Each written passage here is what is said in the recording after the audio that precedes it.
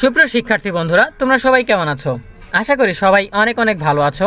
তোমরা যারা এই বছরের এইচএসসি ও সমমান পরীক্ষায় অংশগ্রহণ করবে, তোমরা ইতিমধ্যেই জেনেছো যে তোমাদের পরীক্ষার নম্বর কমানোর জন্য অথবা পরীক্ষা পেছানোর জন্য শিক্ষার্থীরা আন্দোলন করছে। সেই আন্দোলনের পরিপ্রেক্ষিতে আমরা জানিয়েছিলাম যে আগামী রবিবার নতুন সিদ্ধান্ত আসবে। তো আজকে শিক্ষামন্ত্রী চাঁদপুরে শেখ ফজিলতুন্নেসা চত্বর উদ্বোধন করার সময়ে সাংবাদিকরা এ বিষয়ে প্রশ্ন করেছিল।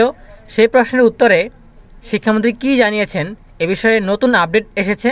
সেই আপডেট নিয়ে আমরা আজকের ভিডিওতে কথা বলবো বিস্তারিত।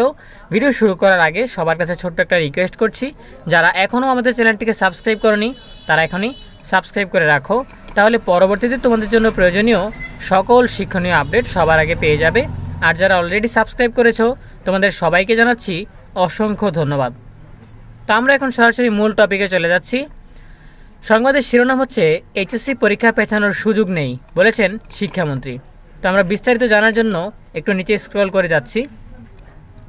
শিক্ষামন্ত্রী ডক্টর দীপুমণি বলেছেন, যথাসময়ে এইচএসসি ও সমমান পরীক্ষা শুরু হবে, কেননা দেশের 14 লাখ পরীক্ষার্থী তাদের প্রস্তুতি শেষ করেছে শুধু নির্ধারিত সময়ে এই পরীক্ষায় অংশ নেওয়ার জন্য।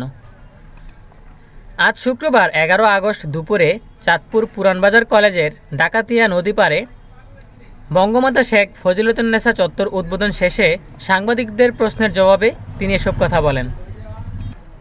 শিক্ষামন্ত্রী বলেন, এইচএসসি পরীক্ষা পিছিয়ে দেওয়ার জন্য যারা আন্দোলন করছেন, আপনারা সহপাঠীদের দিকে তাকিয়ে যথাসময়ে এই পরীক্ষা অংশ নিন, কারণ দেশের 14 লাখ পরীক্ষার্থী তাদের প্রস্তুতি শেষ করেছে। যথাসময়ে এইচএসসি পরীক্ষা অনুষ্ঠিত হবে। একই সঙ্গে ডেঙ্গু নিয়ে শিক্ষার্থীদের আতঙ্কিত না হওয়ার অনুরোধ জানান তিনি। প্রিয় শিক্ষার্থীরা, এই ছিল এখনকার আপডেট। তো আমরা শিক্ষামন্ত্রীর বক্তব্য থেকে বুঝতে পারলাম যে এইচএসসি পরীক্ষা পেছানো হবে না, ঠিক আছে। তো যদি পেছানো না হয় তাহলে আরেকটা দাবি কিন্তু রয়েছে যে 50 নম্বরের পরীক্ষা নিতে হবে। তো আমরা জানি যে ইতিমধ্যে আন্দোলন চলছে এবং গতকাল ঢাকা বোর্ডের সামনে, রাজশাহী বোর্ডের সামনে এবং বিভিন্ন জায়গায় আন্দোলন হয়েছে। তো শিক্ষা বোর্ডের সামনে আন্দোলন হওয়াতে শিক্ষা বোর্ড জানিয়েছে যে তারা নতুন করে রবিবার একটা সিদ্ধান্ত জানাবে।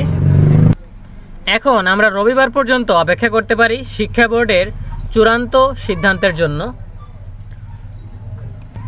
তবে শিক্ষামন্ত্রী যেটা বলেছেন যে পরীক্ষা পেছানো সম্ভব না, এই ক্ষেত্রে আমিও একমত, কারণ পরীক্ষা পেছানোটা কোনো ভালো সিদ্ধান্ত নয়। শিক্ষার্থীরা যেভাবে প্রস্তুতি নিচ্ছে, এতে করে হঠাৎ করে যদি এখন পরীক্ষার 1 সপ্তাহ আগে পরীক্ষা পিছিয়ে দেওয়া হয় তাহলে সেটা শিক্ষার্থীদের প্রস্তুতিতে অনেক ব্যাঘাত ঘটাবে। তারা যদি এক্সট্রা 2 মাস সময় পায় তাহলে দেখা যাবে যে তারা পরীক্ষার প্রস্তুতি থেকে সরে এসেছে। বেশি সময় পাওয়ার কারণে তারা আবারও সেই ডেডলাইন ধরেই পড়াশোনা শুরু করবে। এজন্য পরীক্ষা পেছানোর দাবিটা যৌক্তিক নয়, এক্ষেত্রে আমি নিজেও একমত। তবে যদি তোমরা 50 নম্বরের পরীক্ষা চাও তাহলে সেই ক্ষেত্রে তোমাদেরকে অপেক্ষা করতে হবে রবিবার পর্যন্ত।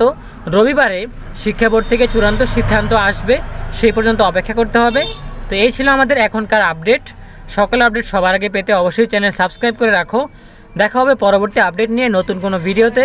সেই পর্যন্ত সবাই ভালো থাকবে, সুস্থ থাকবে। সকলের জন্য রইল অনেক অনেক শুভকামনা। ধন্যবাদ সবাইকে।